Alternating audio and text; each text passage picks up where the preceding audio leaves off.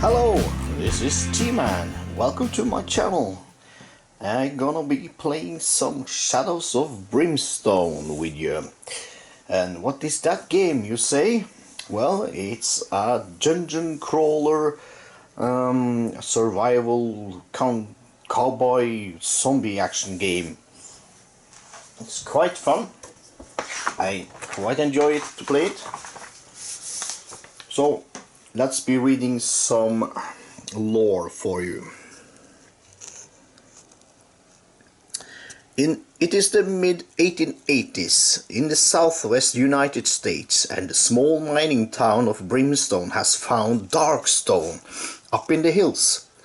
A new precious mineral with magical properties, rarer than gold and more dangerous.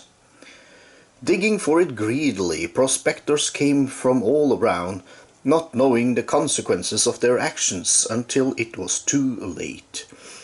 In a flash, the town of Brimstone was consumed, the epicenter of a cataclysmic magical explosion, ripping open portals to other worlds down in the mines and unleashing a great darkness to spread across the land. Now hordes of demons pour from the mines to ravage the countryside, and the sky grows black with swarms of nightmarish creatures descending on unwary travelers in the night. While most flee in terror, some heroic individuals come forward to help hold back the darkness, fighting their way into the mines to seal these gateways and maybe find a fortune on their own along the way. Yes, that is Shadows of Brimstone introduction text. Let's say hello to our heroes.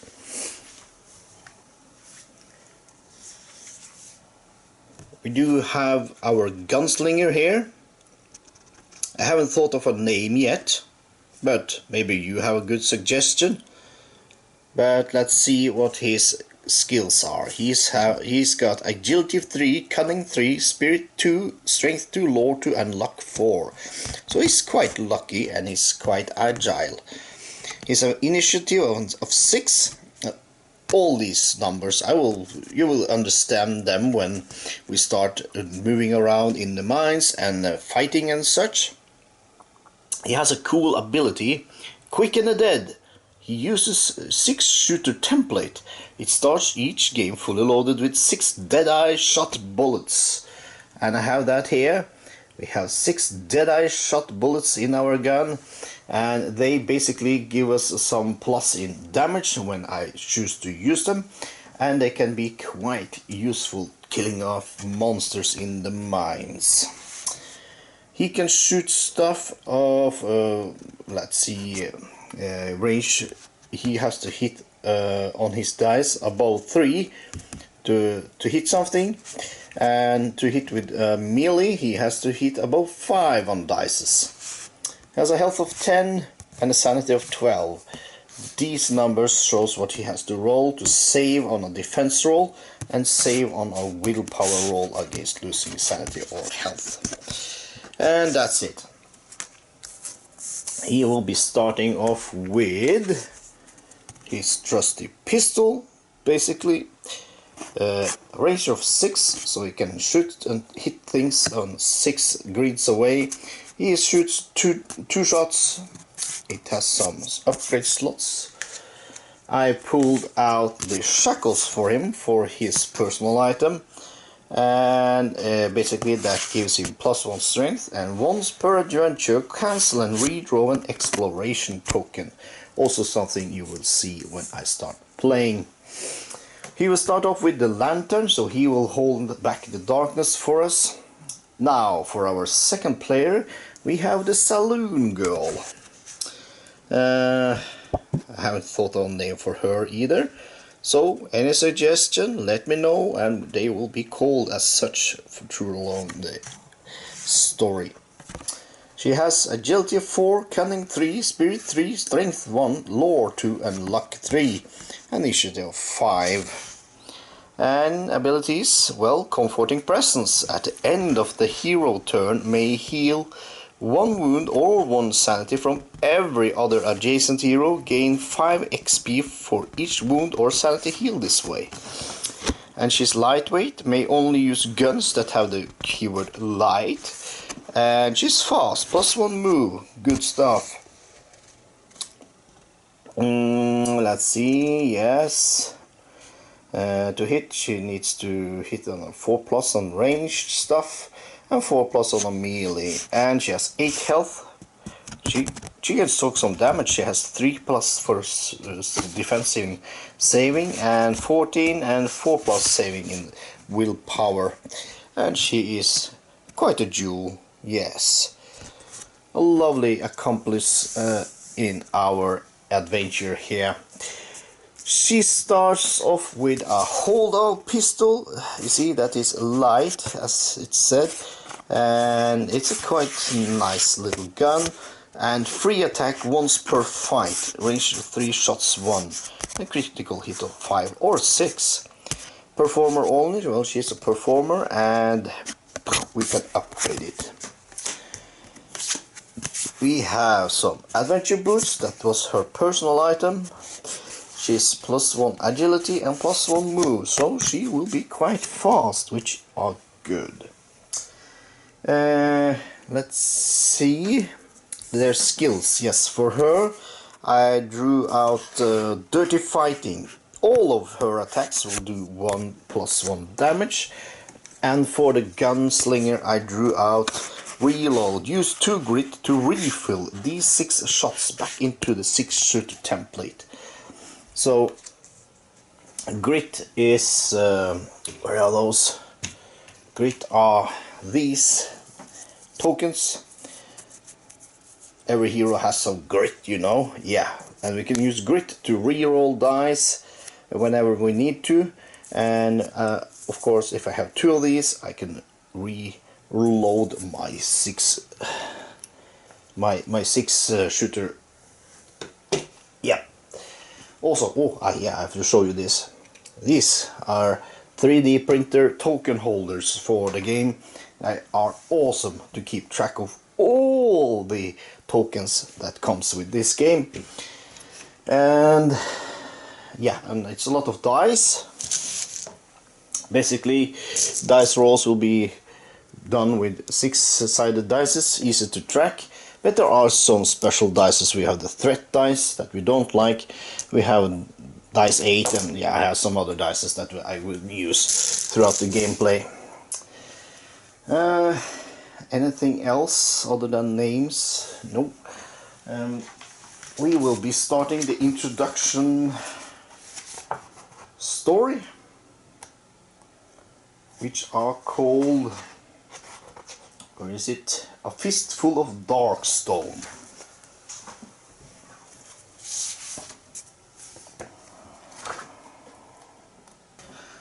Let's see.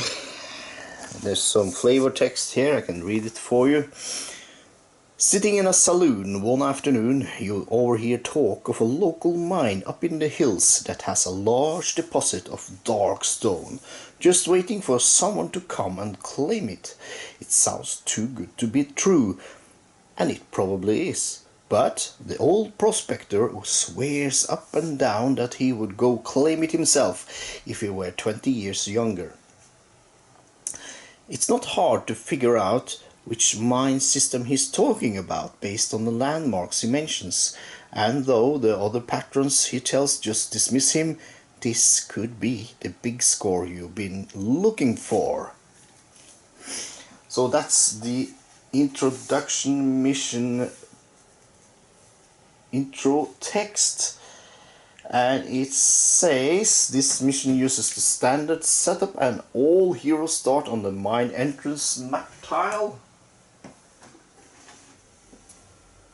Here we are at the mine entrance, and we have our Gunslinger and our Saloon girl ready to kick off this adventure. Some few setup things. I have these exploration tokens. I have to just mix them up so you don't think I'm stacking them, and I just randomly put them together in a nice neatly stack. And let's bring out the token holder, and I will fit them down there. Put that aside.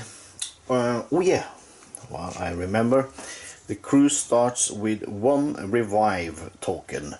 If one of the guys are downed, we can use one of these to get back up and keep on fighting. As per the rules, in a 2-player setup we have 1 revive token. On the side here you see the depth track.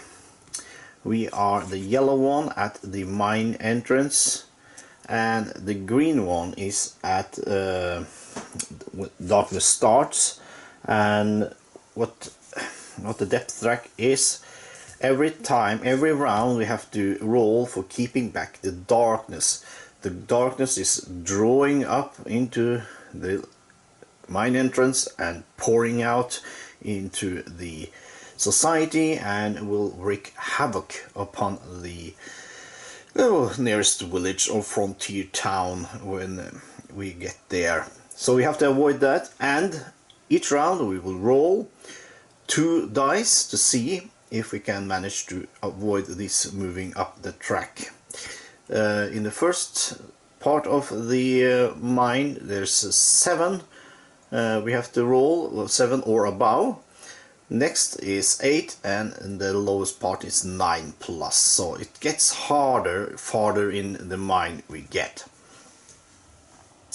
And for every part of the mine we do explore, we move 1 down on the mine. So easy, kind of. And we have our map deck here. Let's just give that a quick shuffle too while it's here.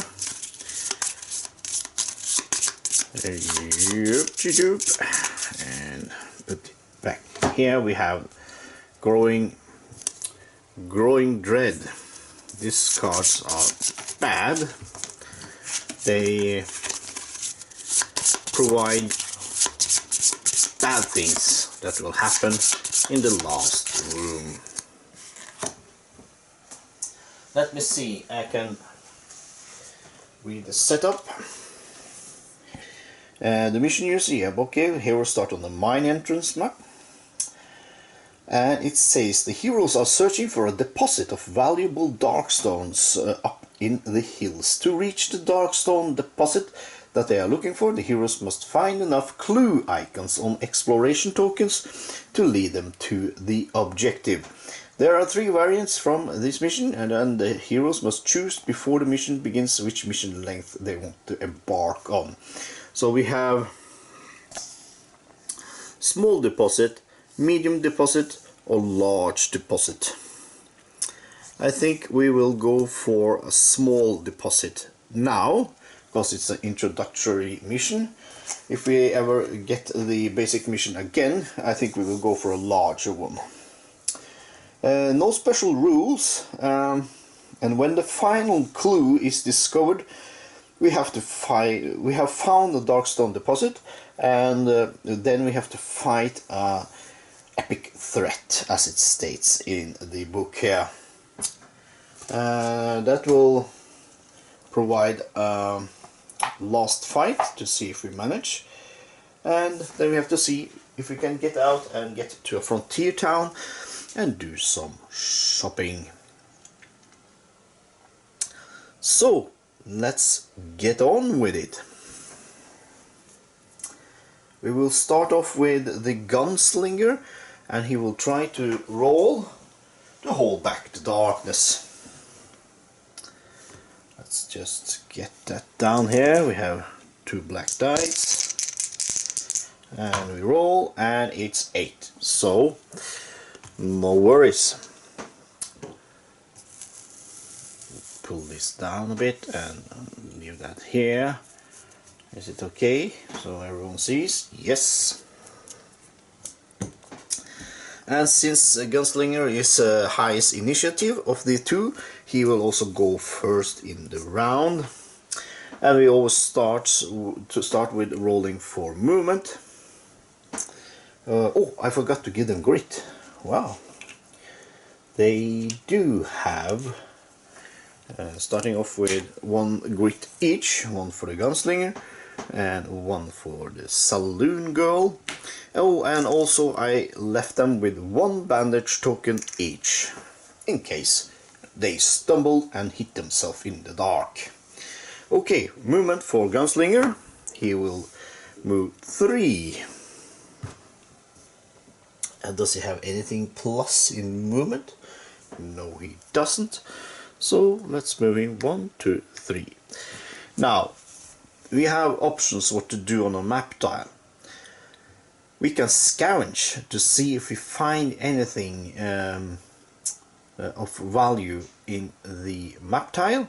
And how we do that, we roll 3 dice, 3d6, and for each 6 we roll, we get to draw a scavenge card. So let's do that. Let's have it scavenged. And he finds absolutely nothing. And we move over to the Saloon girl.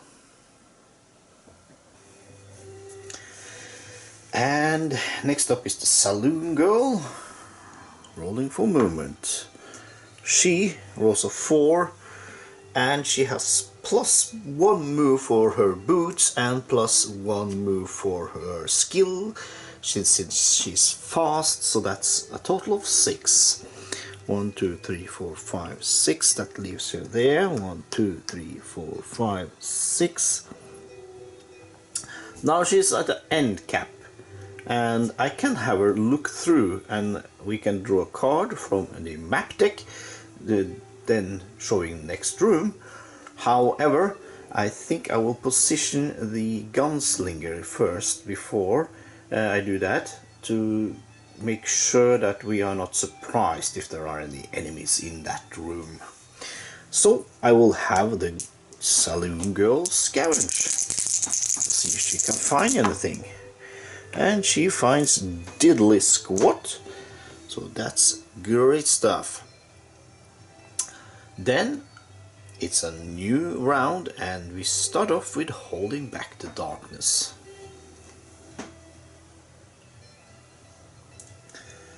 Holding back the darkness, and I will roll 2 dice, and ooh, that's not good. Cause there's a rule: when you're holding back the darkness and you roll doubles, you have to go to a depth event chart, and it says when doubles are rolled for hold back the darkness roll, instead of moving the darkness, a depth event occurs based upon the double number that was rolled. And now we rolled double 2s, and it's a depth event dark dread. Things are looking more and more bleak by the moment. Draw a growing dread card and add it to the stack. Yay! So we could draw one of these, and we will add them to the stack. I think I will just put the stack up here. Let's get this a bit out of the way so we don't confuse them as being a part of the game. Yep. Well, holding back the darkness sure was a failure for the Gunslinger, so let's see what he can do. He will just move, and he gets a 5.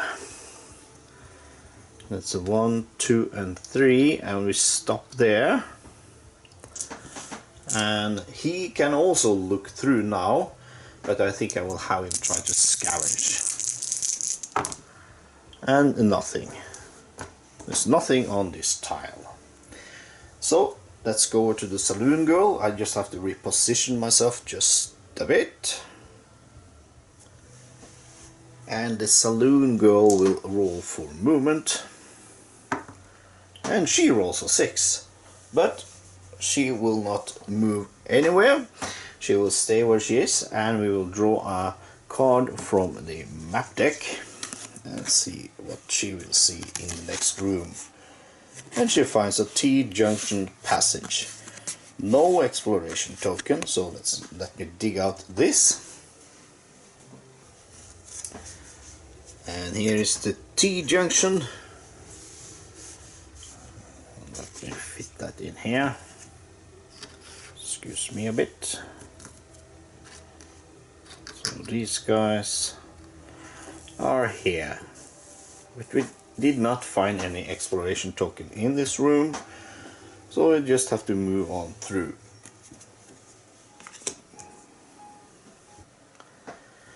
So then we will hold back the darkness, continuing on. It's an 8. That's great, because we don't need to move the darkness tracker, although I have found a new room, so I have to move this one step further.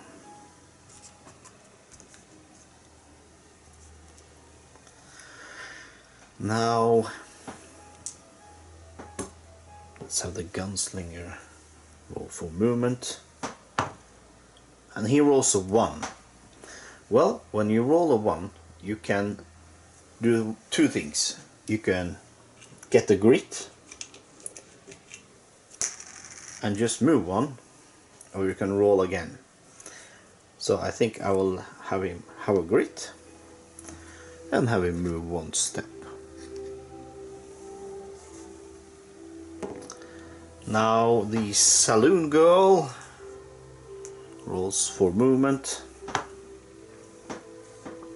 That's a 4, +1 and +1, that's 6 again. So let's have her, let's move up. 1, 2, 3, 4, and she stops there. While she's here, she will scavenge. And she finds nothing.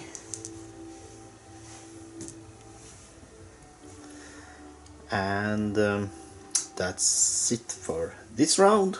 Let's start next round, holding back the darkness again. And 7. We have done really good at that. Now the Gunslinger will roll for movement, and he rolls a 6. That's great. So he was there, 1, 2, stopping there.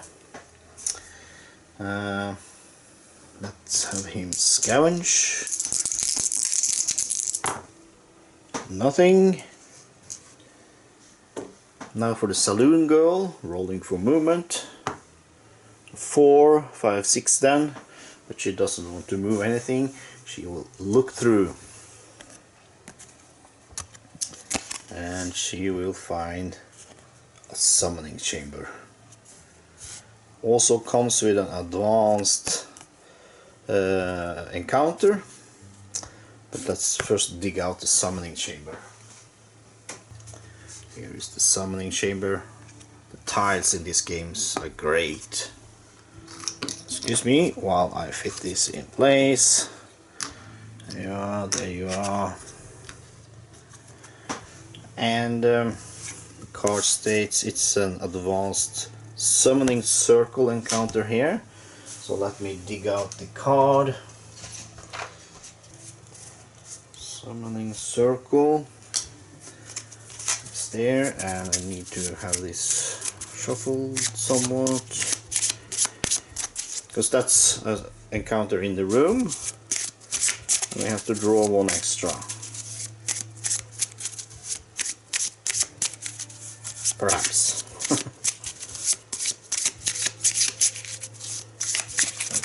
There's enough shuffling. And let's put this back.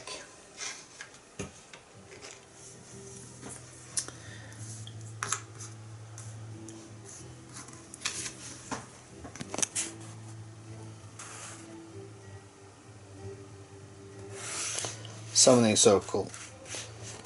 A runic summoning circle is marked out on the floor here, surrounded by burning candles. Someone has been dabbling in some very dark stuff. Hopefully they didn't succeed in doing whatever it was they were trying to do. So I need to choose to have one of my characters try to break the circle. I need to try a lore at 6+, so I roll the lore for the people and try to get a 6 to maybe get 50 XP or get attacked. I can ignore this and move on. That's a luck +4. If failed by any hero, move the darkness 2 steps forward on the depth track. So here's the choice. I can ignore it and move on, or try to break the circles and face attack. Now my lore here is not great, but my luck for the heroes are great. So my luck at the Gunslinger is 4 and for the Saloon girl is 3. So I think I will try to have them try a luck roll instead. I will ignore this and move on. Let's start off with the Gunslinger. His luck is 4. So it's 4 dice against a test of 4+. And he managed a 6, so that's successful. Now for the Saloon girl. She has... and she draws. She rolls a 4, so both of them succeed, so I don't need to move the darkness 2 steps forward. This is discarded, and we have finished off the encounter for the room, but we do have an exploration token, so I have to turn over that, and it is an attack. Also, it's a portal here, so let's see, this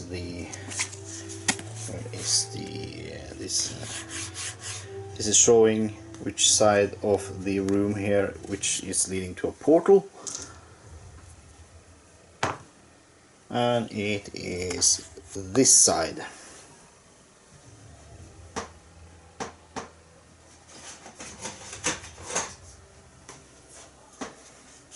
Here we are.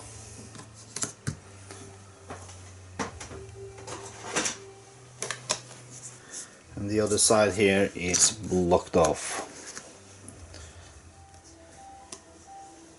Now for the attack, and how we do that, we're gonna draw from our deck with low threats, because we are 2 players. Says 1 to 2 heroes, low threat. And we will have a threat dice tentacles. So now we will dig out the very nice threat die, and we have 4 tentacles coming at us.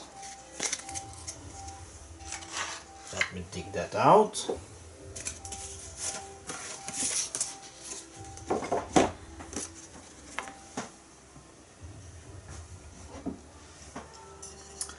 And how things are in ruling of placing of monsters. When monsters spawn, they always spawn away from the heroes as far as they come in a checkered pattern. So there's 1 tentacle here, 1 tentacle here, 1 here, and we have 1 here. Now I haven't painted those yet, but they will be in good time. Here's the character sheets for the tentacles. They have an initiative of 2, so they're quite slow. Medium size, however, smash. Tactical to hit, rolls of 6 ignores a hero's defense, so they really hurt. They move quite fast, and they are quite easy to escape. They can hit me on a 4+ melee, and they roll 3 dice when they fight. Each hit damaged me for 3. They do have a defense of 2 and a health of 4. 30 XP to kill. This is for elite. They aren't elite yet, so we don't look at that now. But when I reach the level for it, we have to decide which elite skill they will be coming out with. So let's have the tentacles on the board.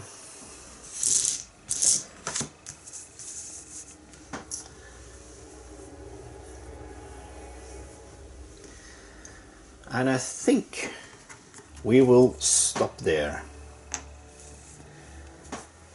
Bit of a cliffhanger, but I see my camera is almost out of battery now. I need to recharge that, and since this is the setup and first episode, so we can keep it a bit short for now. But we will soon join our heroes. If you have any good suggestions for names for my characters, just leave comments below and I will add them in next episode with honorary mentions, of course. If there are any suggestions of what I should do further on, bring that out also. This is T-Man signing off for now. Thank you all for watching. See you next episode. Bye.